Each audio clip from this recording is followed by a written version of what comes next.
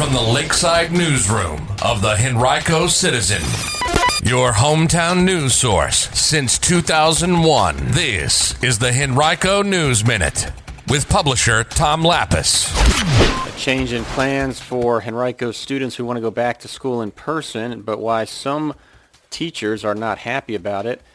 And who's next in line to get the COVID-19 vaccine locally? We'll have details about those stories and more in today's Henrico News Minute for Wednesday, January 6, 2021. It's brought to you today by Henrico County. And now for the news. Well, Henrico elementary school students who are planning to return to school in person will have to wait 2 more weeks to do so. Those students now will resume in-person learning January 25th instead of January 11th and 14th. Teachers are expected back in schools January 19th. All of this was announced yesterday by Superintendent Amy Cashwell after she discussed it with elementary school principals Tuesday morning. Well, Cashwell's determination came following a Monday meeting with the Henrico Schools Health Committee. The delay comes in the wake of dramatically higher COVID case counts in Henrico and surrounding areas in recent weeks. On Monday, Henrico set its all-time record for the highest average number of new daily COVID cases at 183, then broke that record yesterday as it jumped to 192.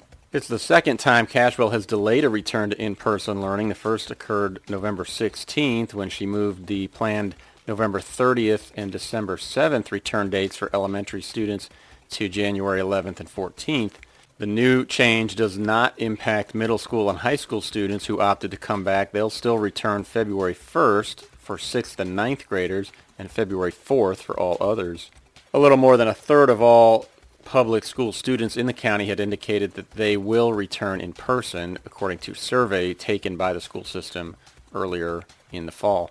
Now, Cashwell's decision was met with frustration by a group of Henrico teachers and supporters who questioned how it would be safe to return at a time when case counts are higher than they've ever been in the county and the region. The last time Cashwell delayed the planned in-person return on November 16th, the number of cases per 100,000 in Henrico during the previous 14 days was 216.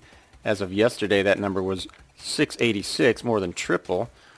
And the percentage of positive PCR tests in the county during the past 14 days is now 11%, more than double the 5% that was reported then. Those are 2 of the 3 core metrics established by the Virginia Department of Health to assist school systems as they decide when or whether to return students in person.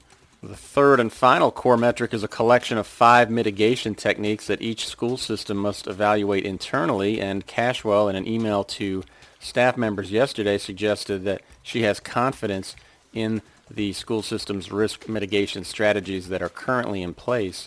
She wrote, quote, "Evolving guidance from health experts plus our own experience and increased implementation of safety measures give us improved confidence that schools can be safe with the right risk mitigation in place. From the start, we have maintained not only our commitment to serving our students, but to keeping an eye toward prioritizing the health and safety of our staff, students, and community. Moving forward will be no different," end quote. As part of their plan for a return to in-person learning, school system officials had anticipated hiring a temporary classroom monitor and clinic attendant for each public school. But as of the end of the year, nearly 60 of those positions, 34 temporary classroom monitor spots and 25 clinic attendant spots, still were being advertised on the Henrico County job site. In a statement posted on its social media page, the HCPS Back to School Safely group wrote, quote, "The plan put forth by the county is unjustifiable, putting the lives of faculty, staff, and students at great risk. Furthermore, the county earlier established the metrics which they would use to assess reopening. They have repeatedly stated that if the rates were high, schools would close. The rates are high, yet schools are opening," end quote. The group is advocating for schools to remain virtual through the second semester, which ends at the end of January, or until all members of the HCPA family are vaccinated. Well, healthcare workers who have not yet received a COVID-19 vaccine through their employers or who have not been notified of the opportunity now may register through the Richmond and Henrico health districts to receive one. The agency has created an online interest form for all eligible medical providers to receive the vaccine as soon as possible. You can fill it out by visiting henricocitizen.com and looking for this article under News and then Health. Now, to date, the agency has distributed more than 3,000 doses of the 3,600 it received to people in Phase 1A, a group that includes residents of long-term care facilities and healthcare personnel. More than 14,300 Richmond and Henrico 1A eligible residents have been vaccinated through their employers, pharmacies enrolled in the CDC's Partnership for Long-Term Care and Richmond and Henrico Health Districts, according to officials. Now, the agency anticipates that next month it'll move into Phase 1B of the vaccine distribution. That phase will offer the vaccine to anyone older than 75, as well as other essential frontline workers, including grocery store employees, police officers, firefighters, public transit workers, and anyone who works in the education sector, both teachers and support staff. If you have questions about the COVID vaccine, call the Richmond and Henrico Health District's COVID hotline at 205-3501 or email rhhdvax@vdh.virginia.gov. Well, you have two more chances this week to get tested for COVID-19 through the Richmond and Henrico Health Districts. The first event will take place tomorrow from 10 a.m. to 2 p.m. at Diversity Richmond, 1407 Sherwood Avenue in the city, and then the following day from 1 to 3 p.m. at the Eastern Henrico Health Department, 1400 North Laburnum Avenue. For details, you can email health@henrico.us or visit henrico.us/health. Henrico CASA will hold a virtual information session January 14th. That is next Thursday at 6 p.m. for people who might be interested in volunteering to work in the court system on behalf of abused or neglected children. The organization's next 14-session training program begins on Saturday, February 6th. CASA members typically work 10 to 12 hours a month gathering information on a child's circumstances to supplement information provided to the court. For details about next week's virtual session, you can contact Rebecca Kalman-Winston at 501-1670 or email her at kal001@henrico.us.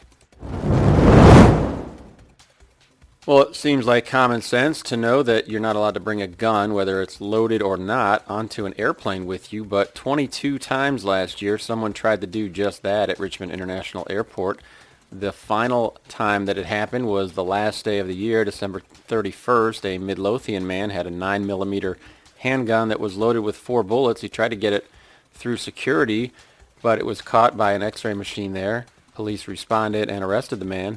2 instances set a single-year record at the airport, even despite a record low passenger volume because of the pandemic. Officials had stopped 14 guns each of the previous 2 years, 18 in 2017, 10 in 2016, and just 6 in 2015. This year is not off to much of a better start, as January 3rd, airport officials again caught a passenger trying to bring a loaded gun onto an airplane. This time it was a Richmond woman who was stopped with a loaded .38 caliber handgun in her carry-on bag that had 5 bullets. If you're planning to fly out of the airport anytime soon, you might want to check your luggage one last time to make sure you haven't left a gun in there. The typical first offense for carrying a loaded handgun into a checkpoint is $4,100. The Virginia Department of Motor Vehicles is now offering driver privilege cards for eligible residents of the state. To be eligible, you must be a resident of Virginia but not a U.S. citizen.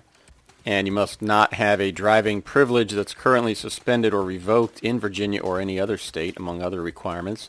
The new card is the result of a change in Virginia law authorized by the General Assembly that is designed to create a way for non-U.S. citizens to drive legally in the state. You can learn more at dmvnow.com/DPC.